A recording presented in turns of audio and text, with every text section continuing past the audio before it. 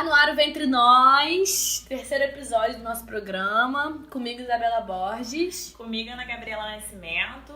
Voltamos. Hoje, e vamos falar sobre pílula. Isso mesmo. Tema a polêmico. Grande polêmicazinha do momento.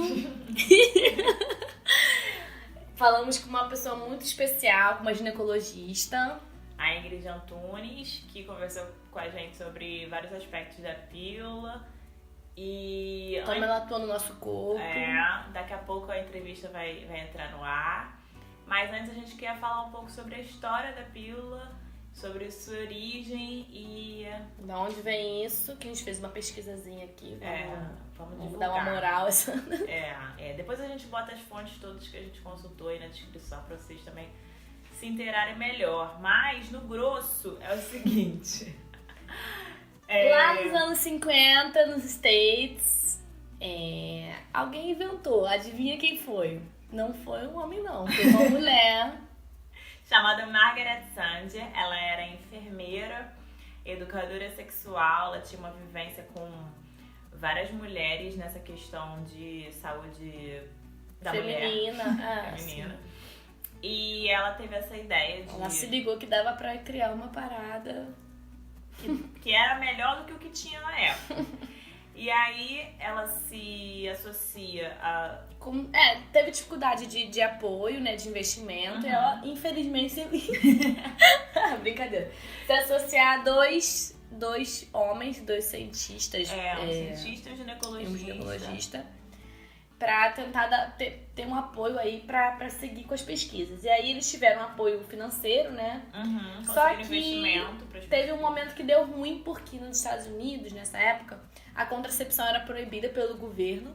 E, claro, pesquisas, testes em pessoas também eram proibidos. Então, o que aconteceu? Não posso testar aqui, vou testar na minha vizinha, né? No meu vizinho, em Porto Rico. Aí eles transferem as pesquisas para Porto Rico, que era visto como um lugar que poderia ser produtivo nesse estudo, porque tinha uma população muito grande, muita gente, tinha uma média de nascimentos de 5 filhos por mulher, né? Até mais do que isso. Era muita gente. Então, e também não tinha nenhuma regulamentação que proibisse as pesquisas e a contracepção em Porto Rico na época. Então, as pesquisas avançaram lá, foram mais de 8 anos de pesquisa, 1.500 mulheres participaram, foram convidadas para participar. E, enfim, 3 mulheres morreram dessas 1.500, mas não se sabe se foi por causa da pílula, se foi por outro motivo. Não tem muita investigação em relação a isso. Os efeitos colaterais que geraram nessas mulheres. Causaram, mas o caso é que em 1960, eles conseguem aprovar a comercialização da primeira pílula nos Estados Unidos. Na Anvisa dos States. Na FDA. Ela chega ao mercado e é sucesso total. Sucesso total. 5 anos, mais de 6 milhões de mulheres já estavam usando. As americanas, classe médiazinha americana adorando, engolindo bom. pílula sem parar. No Brasil ela chega 2 anos depois, 62, e também bate recordes em 70. Já tinham sido comercializadas mais de 6 milhões de cartelas aqui no Brasil. Em 80, esse número chegou a mais de 40 milhões. Caramba, sucesso total.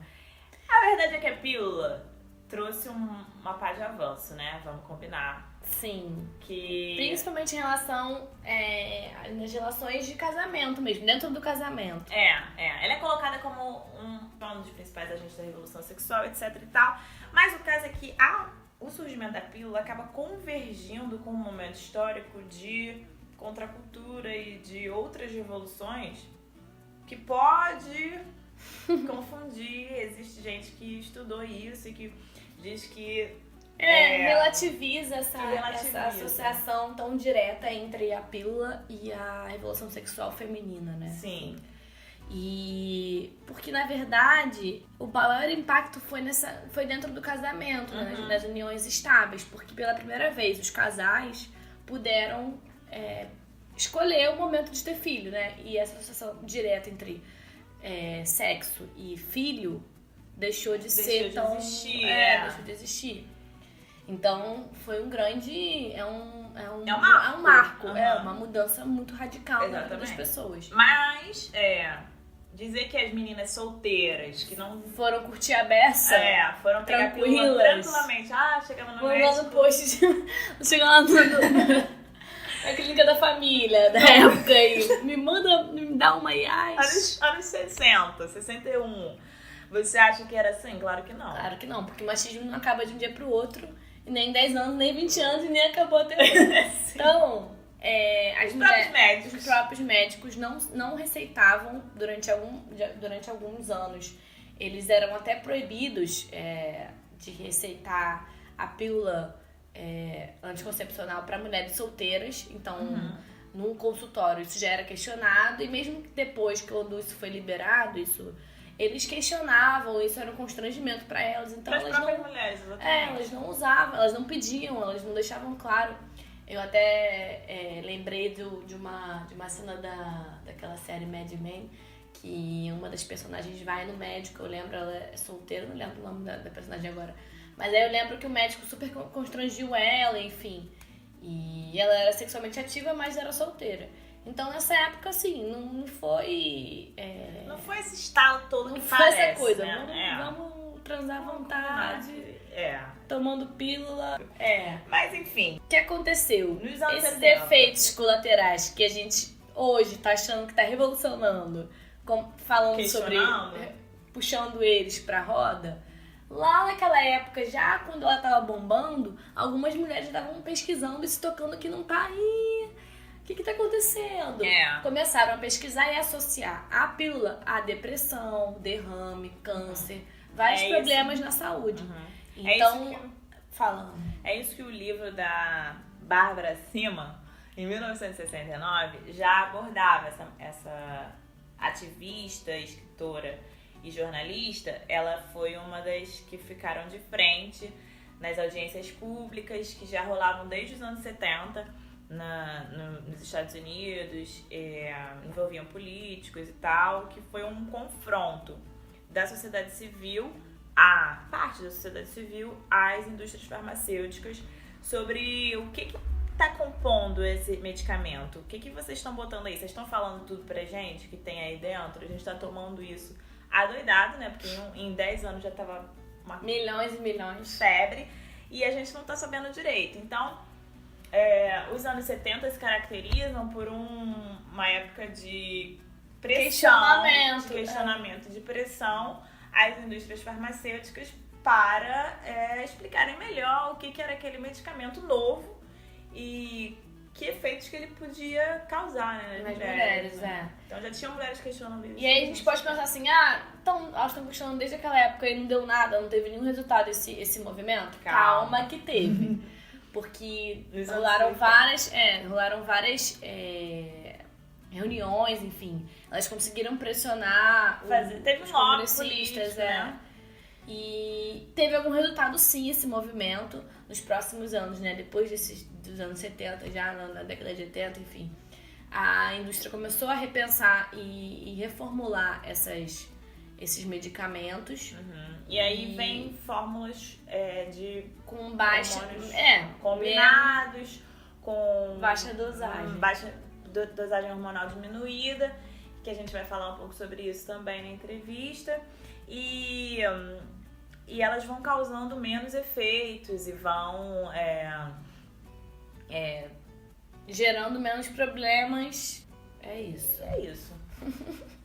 A partir daqui pra... Vocês já sabem a história. Muita gente tomando. A vida toda.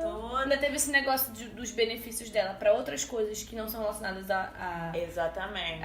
Bom pra espinha. Não, bom pra... vou te falar, assim, algumas amigas minhas Algumas não, acho que as minhas amigas mais próximas, todas começaram a tomar pílula antes de pensar em transar. É verdade. Então, assim, porque tem ovário policístico. Como se fosse um suco verde.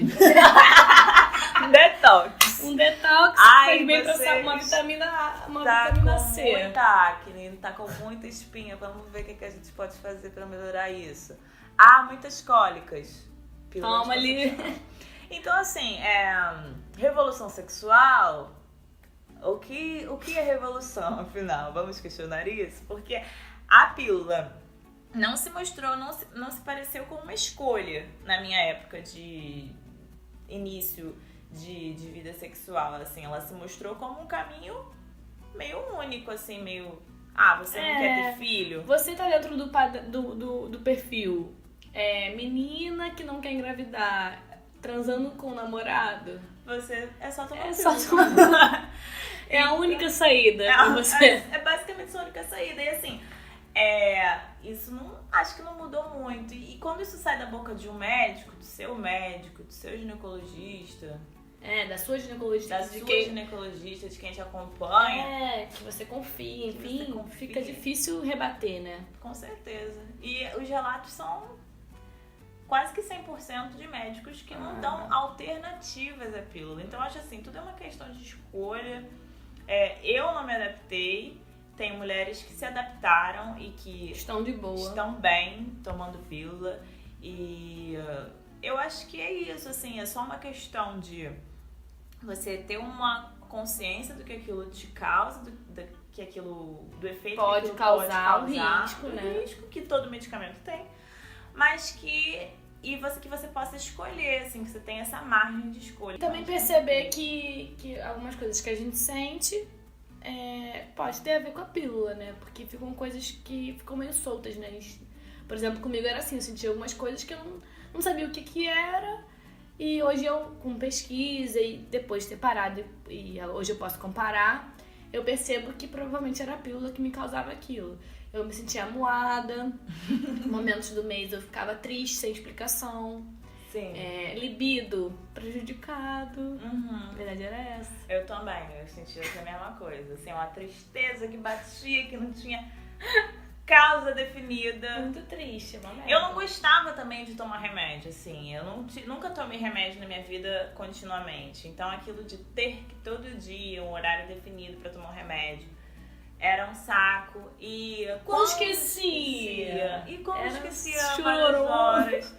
Aí no dia seguinte você tinha que tomar 2. Quando eu tomava 2, eu ficava com o estômago embrulhado, não conseguia jantar. Enfim, mas essa é a minha experiência ruim. Não são todas que são assim, mas eu escolhi parar com pílula. E o meu médico vira pra mim assim. O meu ginecologista chegou lá e falou assim: você tá tomando pílula? Aí eu falo assim: não. Aí ele: você tá querendo engravidar? Aí eu falo: também não, mas enfim, eu acho que tá na hora da gente repensar isso, né? O meu também chegou boladão, rindo a beça, falou assim: não tá tomando não?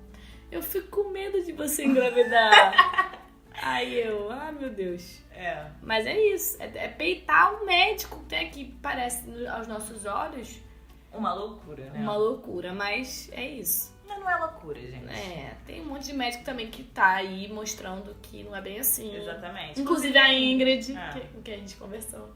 Então, não é esse desespero todo. E também tem uma coisa que a gente não falou, Ana, que é a questão de dividir as responsabilidades. Exatamente. A pílula esqueceu. A culpa é 100% sua. Se acontecesse alguma coisa, você tem que carregar essa culpa. O problema é seu que não tomou remédio. Exatamente. Fica a responsabilidade da contracepção fica exclusivamente com a mulher, né? E aí eles ficam suaves. Suaves. É bom, né? Porque como a gente já não tem responsabilidade nenhuma. E eles estão cheios de responsabilidade. Pra gente é tranquilo, porque a gente já não tem nada mesmo nas nossas costas. Um negocinho a menos, um negocinho a mais. A gente atura. E também, assim, é um pulinho se você der um mole pra não usar camisinha também, né? Não vai rolar gravidez, não vai ficar aqui agradável. E vamos lembrar das DSTs, nunca é demais falar. Exatamente. Que a pílula não previne e que, gente, tá aí, né? Tá na pista. Tá na pista. Estão todas É namoradinho, porém nunca se sabe Deus, o que ele tá fazendo, o que ele fez. Exatamente, a gente nunca sabe o passado e o presente mesmo, né? Infelizmente. Mas é isso, eu dividi a responsabilidade, pra mim isso funcionou muito. O que a gente ouve bastante assim, alguns caras ficam surpresos, né, com o fato das mulheres não tomarem pílula. Eles chegam e falam, o que aconteceu? É tão bom tomar pílula. Por que você não toma? Tomar um remédio? Toma não, por quê? Mas é bem melhor tomar, se tomar. Eu não preciso usar camisinha com você, com a próxima também não. E aí é um ciclo maravilhoso de DST e agradabilidade pra eles. Enfim, vamos falar sobre isso. Falar de coisa séria, que é o que é nossa saúde está em jogo, nosso bem-estar está em jogo. Então, vamos conversar.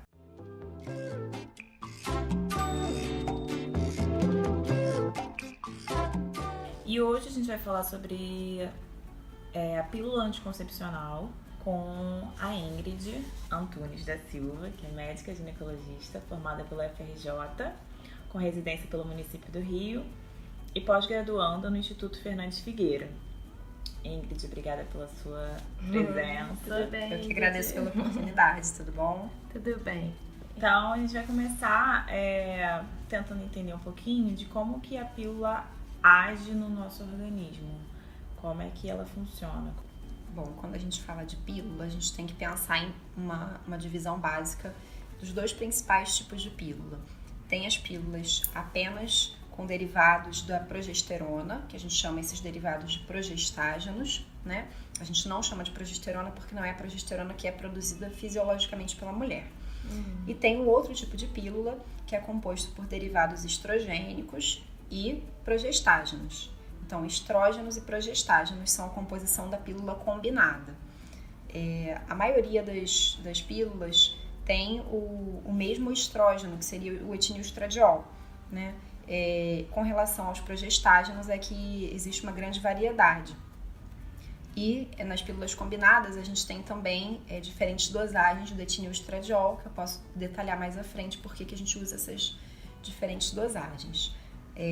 Falando isso, a pílula apenas com progestágeno, ela evita a gravidez através do espessamento do muco cervical, como a gente já tinha falado em outro programa, e também pela atrofia do endométrio, né, que é a camada que se prolifera para poder receber o embrião e ele se fixar para poder ter uma gestação correndo.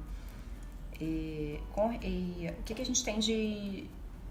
Por que a gente não usa só o progestágeno, né? Porque ele causa uma irregularidade menstrual decorrente dessa atrofia do endométrio. Existem mulheres que têm contraindicação ao uso da pílula combinada, então elas têm que lidar com outros métodos ou com o progestágeno apenas. Já a pílula combinada, ela tem um efeito adicional de evitar a ovulação. O estrógeno, ele vai bloquear o eixo hormonal feminino, que é um eixo com uma cascata de reações que vai do cérebro até o ovário, né? E ele tem esse efeito de ação de bloqueio da ovulação, que não acontece necessariamente só com o progestágeno. E aí o estrógeno, ele provoca esse bloqueio da ovulação e como efeito benéfico adicional, ele vai fazer com que a gente ciclicamente consiga provocar uma descamação desse endométrio de forma que você tenha sangramentos programados.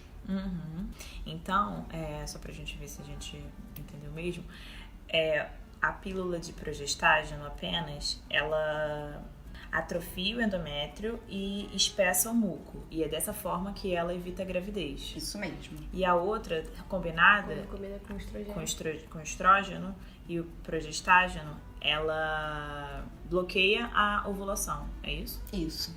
Além disso, ela bloqueia a ovulação. Teoricamente, se a gente partir desse princípio, a pílula combinada seria mais eficaz na prevenção de gravidez, porque ela tem um mecanismo adicional. Mas os estudos vêm mostrando pra gente que tem alguns progestágenos puros que também têm um efeito igualmente eficaz ao da pílula combinada. As pílulas, em geral, hoje em dia, são as combinadas? A maioria são as combinadas? A maioria é combinada. E isso sempre foi assim? Ou isso é uma coisa nova? Eu já ouvi falar que as pílulas combinadas são tipo um avanço da pílula, né? Sim. Elas são mais seguras no sentido de evitar a gravidez. São mais seguras e mais confortáveis. Agora, a gente tem que pensar nos efeitos indesejados, né? Principalmente no risco de eventos cardiovasculares. Tem uma pesquisa na vertente de câncer de mama, que ainda não tem muita evidência ainda, mas está se pesquisando a influência do uso desses hormônios sintéticos, né, na incidência desses cânceres, e os eventos cardiovasculares já estão mais do que sacramentados, dada a gravidade quando eles acontecem. Eles não são tão comuns quanto aparenta na mídia, mas eles são trágicos quando eles acontecem. E a grande parte desses eventos é atribuído ao estrógeno e não à progestágeno. Então, algumas mulheres têm contraindicação ao uso de pílulas combinadas pelo risco cardiovascular aumentado. Mulheres hipertensas graves, mulheres diabéticas, mulheres obesas, essas mulheres se beneficiam da contracepção única com progestágeno de forma a minimizar o evento cardiovascular para ela. Entendi. E, Ingrid, quem toma pílula tem TPM? Então, TPM é um transtorno que é mal estudado, mas a gente sabe que a estabilização das dosagens hormonais no sangue da mulher contribuem para minimizar a TPM. A pílula não é a primeira linha de tratamento para TPM. A primeira linha são os antidepressivos. Só que a segunda linha são os anticoncepcionais. E aí a gente evita nessa mulher que tem TPM pausas, né? A gente mantém ou o que a gente chama de uso contínuo da pílula, ou faz o regime estendido, que seriam 3 cartelas emendadas e uma pausa, 4 cartelas emendadas e uma pausa, né? A depender da quantidade de escapes que ela apresenta, a gente pode fazer um regime estendido maior ou menor. E acho que só. Tá. A gente falou das pílulas combinadas que tem a conveniência de ter um sangramento programado. Isso é menstruação? Quem toma pílula menstrua? Na verdade, você tem um sangramento de privação hormonal abrupta, né? Que é a pausa da pílula que a gente faz. Mas não existe o ciclo que acontece naturalmente na mulher. Para começar, porque ela não ovula, né? Via de regra, principalmente no uso da pílula combinada e às vezes com progestágeno, que ela pode ovular ou não, né? Ela não ovula, então ela não tem um ciclo. Então a gente não chama isso medicamente de menstruação, a gente chama de sangramento de privação. Entendi. E de uma forma bem leiga, porque às vezes a gente tem algumas dúvidas que parecem ser muito óbvias, mas esse sangue vem da onde? Quando a gente toma pílula, esse sangramento... Porque eu consigo entender dentro de um ciclo sem pílula, né? Da onde vem, endométrio, enfim. E quando você toma pílula, esse sangue vem da onde? Ele também vem do endométrio. Ah, vem. Vem. Quando você usa só o progestágeno, o endométrio fica bem atrofiado, bem fininho, bem carequinha. E quando você usa o estrógeno, você tem um estímulo à proliferação desse endométrio com a intenção de, mediante a suspensão desse estrógeno, ter um sangramento de privação e provocar uma descamação programada. Entendi. Não é uma descamação depois porque não tem ovulação, né? É uma coisa não diferente. Tem ovulação, é diferente. Entendi. Aí a gente falou da TPM, eu fiquei com uma dúvida. A mulher que tem a TPM e a gente falou que não é menstruação, que é um sangramento programado. E aí ela passa a tomar pílula. E ela continua sentindo os sintomas da TPM. Por quê? Se ela não está sob variações hormonais, mas se os hormônios dela estão estabilizados. Isso é uma grande questão. não dá pra gente dizer que ela não está sujeita a variações hormonais, porque a gente está ali controlando a parte do estrogênio e da progesterona, mas tem outros hormônios envolvidos no ciclo menstrual e que não necessariamente tem essa interferência da pílula. Né? A gente sabe que muitas mulheres melhoram da TPM com a pílula, mas algumas não melhoram, mesmo com o regime contínuo dela. E TPM, a gente tem que sempre pensar em transtorno psiquiátrico. E aí, falando sem nenhum preconceito, a gente tem que pensar que transtorno psiquiátrico é igual a hipertensão, diabetes, a gente tem que tratar quando ele existe. Né? Qualquer alteração do humor que gere um transtorno social para a paciente, que prejudique as relações sociais, que prejudique a relação afetiva, né? Ou no trabalho, né? Para além dela, enfim, tentar mudar essas condições que a gente precisa mudar, ela precisa ver como passar por isso de forma mais tranquila, né? Então, às vezes, a gente precisa lançar mão de medicamentos psiquiátricos, pedir ajuda a um colega psiquiatra para poder fazer esse acompanhamento, porque a TPM tem como diagnóstico diferencial uma série de transtornos psiquiátricos que envolvem ansiedade e depressão, e aí é uma gama muito ampla. Então, feita a primeira linha de tratamento, segunda linha de tratamento, se existe falha, ela tem que ser avaliada por um psiquiatra. Entendi. Então, além desse caso, existe algum outro caso que a pílula é essencial? Que ela é um tratamento para alguma doença? Ela é um tratamento para algumas doenças. Excesso de testosterona, que a gente chama de hiperandrogenismo, né? Em algumas mulheres isso causa aumento de pelos, oleosidade da pele, queda de cabelo, pelos em locais indesejáveis. Também funciona como um controle para a síndrome do ovário policístico, né, para ter o equilíbrio entre estrogênio e progesterona, que essa mulher do ovário policístico ela não possui esse equilíbrio, a gente precisa fornecer. Para o tratamento de cólicas menstruais, para o tratamento de sangramento menstrual aumentado, e esses dois últimos tópicos podem estar associados a uma questão que não é necessariamente uma doença, mas que incomoda a paciente, né? Ou pode representar um mioma, uma endometriose, alguma doença que precise ser acompanhada, mas funciona para tratamento para essas condições, mas não tem nenhuma condição em que a pílula seja indicação absoluta, nenhuma. Não. Nem para contracepção, que existem outros métodos, e nem para tratamento de doença. Nem mesmo o síndrome dos ovários policísticos, há tratamentos alternativos para a síndrome dos ovários policísticos? A síndrome do ovário policístico é um assunto extenso. A gente precisa equilibrar estrogênio e progesterona e pode ser feito de outras formas. Você pode colocar outros métodos hormonais na mulher, mas ela precisa de hormônio.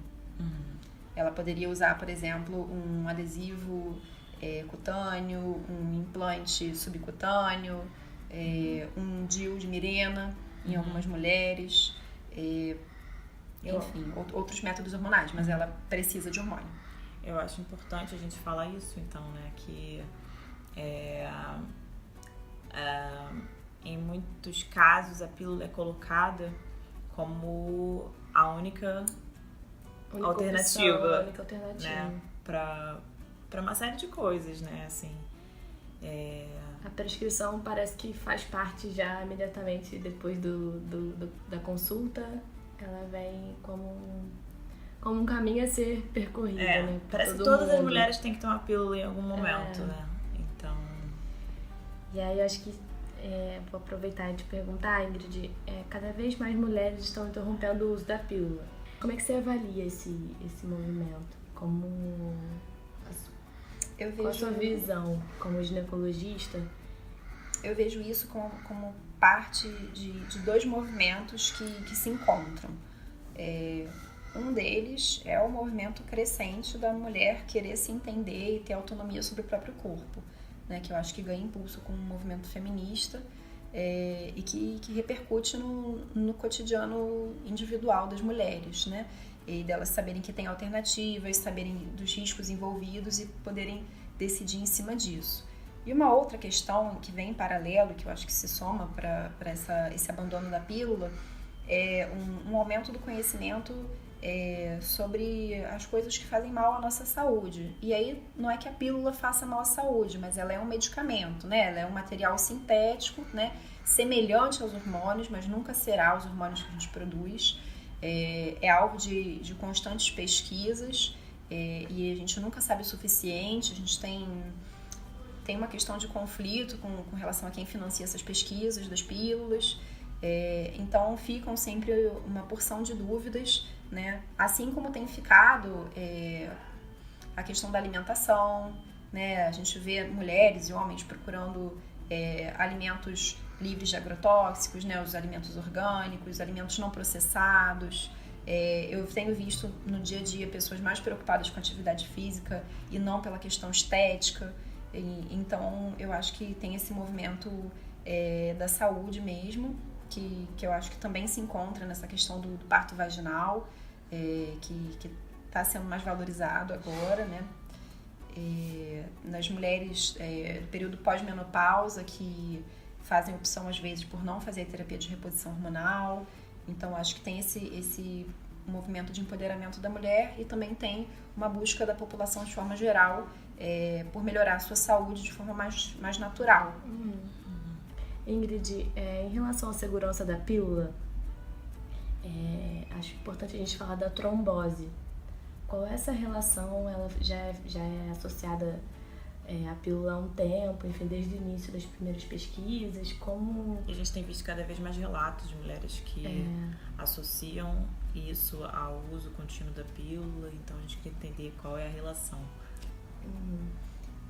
A trombose, ela tem uma série de fatores de risco que podem estar ocultos, e aí a importância da mulher ver a sua saúde como um todo, né, para além da questão da contracepção.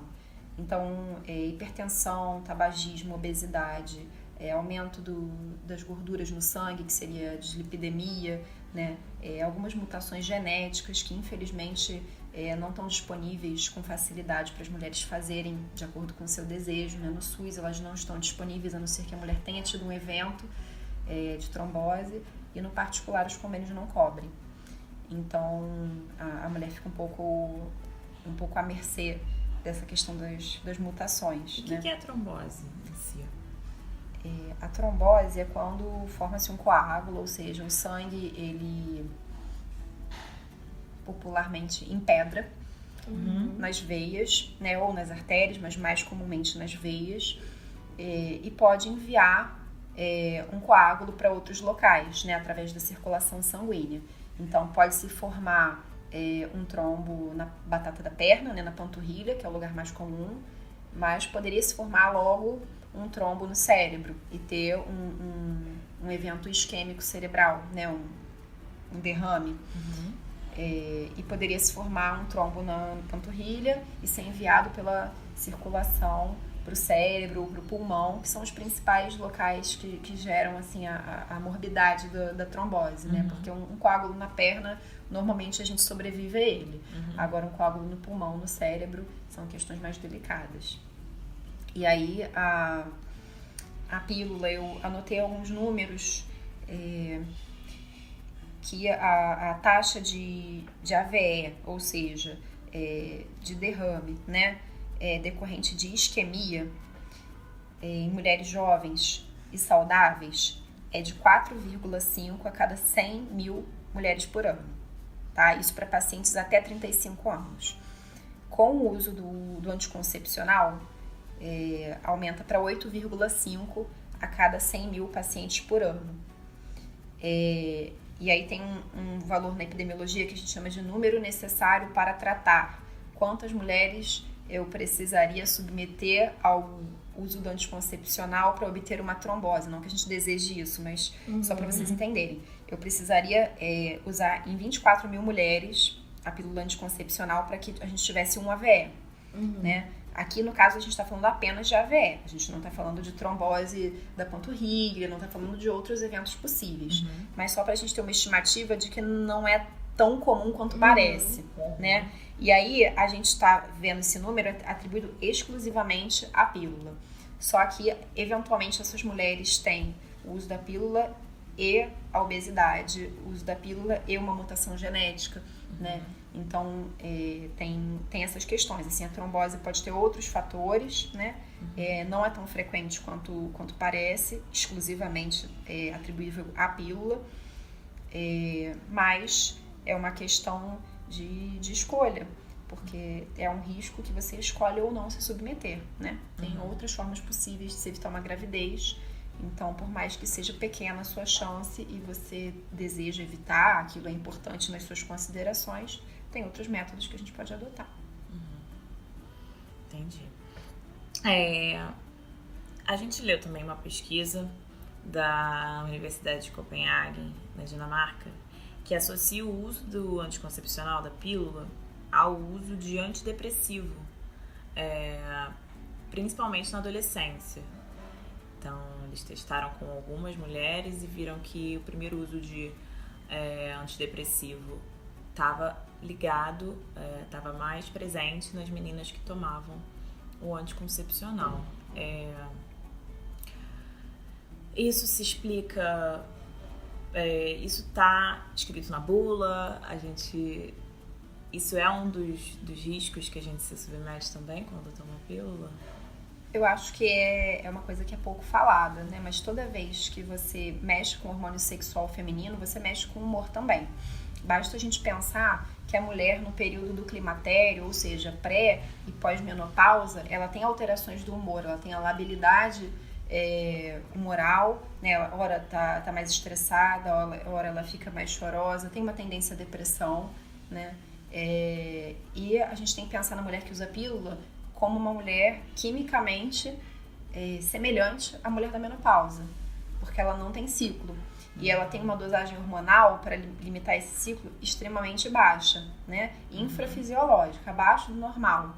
Então, é uma mulher que vai ter vários distúrbios semelhantes à mulher da menopausa. Ela pode ter ressecamento vaginal, diminuição da libido, um humor mais deprimido, não necessariamente uma depressão, mas pode ficar com um humor mais deprimido, né? E a gente tem que considerar isso na hora de escolher a pílula. Ou qualquer método hormonal. Então, Ingrid, a gente falou um pouco sobre a carga hormonal e também da responsabilidade do uso da pílula como um contraceptivo que acaba ficando exclusivamente na mulher. Nas costas da mulher. A gente queria saber como é que você vê, o que você observa no comportamento masculino em relação a isso. Quais são os relatos das mulheres em relação a opinião dos parceiros e qual é a relação deles com a contracepção? Bom, a relação fica um pouco oculta porque a grande parte dos parceiros não vai à consulta junto com a companheira. Então acaba que a gente tem uma visão um pouco enviesada. Toda vez que eu tenho um parceiro indo na consulta, até hoje tudo que eu vi foi ele querer ajudá-la da melhor forma possível. Então são homens um pouco mais predispostos a aceitar, por exemplo, uma proposta de vasectomia, né? Que é uma das minhas primeiras escolhas para casais que já têm filhos. Né? Em primeiro lugar, eu escolheria a vasectomia, em segundo, o DIU, e em terceiro, a ligadura de trompas, e só depois disso, os métodos hormonais, mas não é o que os pacientes optam na prática. Né? Mas, de forma geral, me parece que esses parceiros não têm desejo, motivação, não entendem como sendo uma tarefa deles a contracepção. E é uma coisa difícil de você mudar, porque eu acho que vai além da contracepção. Eu acho que muitas coisas na relação homem-mulher ficam por conta da mulher. Muitas vezes o gerenciamento da casa, a criação dos filhos, né? Às vezes até mesmo cuidar da saúde do homem, né? Eu vejo relatos de mulheres falando: nossa, mas meu parceiro só vai ao médico quando eu levo, quando eu falo que ele tem que ir, né? Então tem uma situação de o homem ser um pouco isento das responsabilidades, quer dizer, isso na maioria dos casos, né? Tem exceções. E a mulher tem que assumir tudo, inclusive a contracepção. É isso. Pode fazer seu comentário. Triste demais, né? A realidade tá muito triste ainda. Sim, a gente vai avançando. Estamos aqui para o Ventre Nós, existe para isso, pra gente discutir e tentar mudar, nem que seja... trabalho de formiga, mas é imprescindível que a gente converse, que a gente esclareça, que a gente lembre sempre que nem tudo tá nas nossas costas, Sim. Nem tudo é culpa nossa, é responsabilidade nossa. Então, a Ingrid tá aqui para mostrar e comprovar isso pra gente mais uma vez. Muito obrigada, Ingrid. Foi um prazer imenso conversar com você. Mais uma vez a gente aprendeu muitas coisas que a gente não sabia. Eu que agradeço pela oportunidade. Fico disponível para outras dúvidas, outros programas que vocês queiram gravar. Mandem suas dúvidas, que a Ingrid ajuda a gente a responder, com certeza.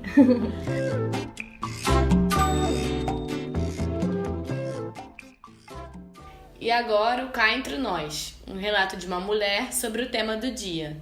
Meu nome é Luísa, tenho 25 anos e minha relação com o anticoncepcional começou em 2009 por recomendação médica por conta de um ovário policístico. Eu ficava períodos longos sem menstruar, às vezes 4, 5 meses, e intercalava com períodos que eu menstruava direto, às vezes um mês inteiro menstruando. E aí, por conta disso, a ginecologista recomendou que eu tomasse anticoncepcional. Desde então, eu tomei. Parei só por 2 meses em 2012, mas logo em seguida voltei a tomar. Voltei a tomar porque não soube lidar com a ausência do remédio, não tive paciência, não soube controlar a ansiedade para ficar sem tomar o remédio. E aí apareceram um monte de espinhas que eu nunca tinha tido e esteticamente estava me sentindo horrível, voltei a tomar. Então já vão fazer quase 10 anos que eu tomo remédio. Minha relação com ele não é muito boa, porque em teoria eu gostaria de não tomar. Mas na prática nunca tomei coragem para parar, pela questão estética, que eu acho que pode vir a acarretar de novo, muita espinha, como também pela questão da gravidez, que apesar de terem outros métodos de se evitar, eu me sinto muito segura tomando pílula. Oi, meu nome é Karina, eu tenho 25 anos, eu parei há mais ou menos 2 anos de tomar pílula. Eu parei principalmente por curiosidade, para saber como é que o meu corpo funciona sem o hormônio, para saber como é que é o meu ciclo menstrual naturalmente, e eu acho que esse foi um dos maiores benefícios, me conhecer e conhecer o meu ciclo e como ele é. Então, eu tenho muita sorte, porque hoje eu consigo saber exatamente quando eu vou menstruar, consigo saber quando que eu estou ovulando, e isso é muito legal. Um outro benefício também foi o aumento da libido, né? Que eu não me conhecia, eu não tinha vida sexual antes de tomar pílula. Então, finalmente eu comecei a perceber como é que é o meu corpo com relação a isso também, o que foi um outro benefício muito grande. Mas, assim, eu sou uma pessoa muito ansiosa e eu fico com muito medo de engravidar, porque as pessoas colocam isso na nossa cabeça, né, que principalmente mais nova, que pílula é um dos únicos jeitos que se tem para não se engravidar. Mas eu descobri com isso as melhores camisinhas que eu posso usar, quais são os outros métodos anticoncepcionais que eu também não conhecia, não me interessava.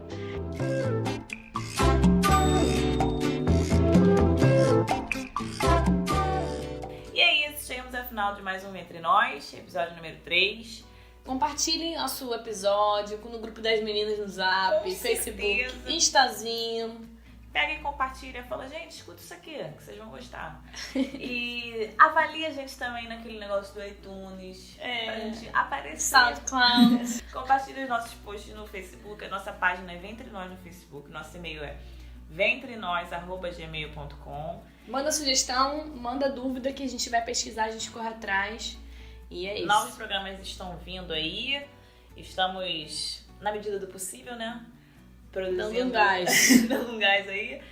E fiquem com a gente. E é isso, meninas. Um beijão. Obrigada por ouvir. Até a próxima. Até a próxima.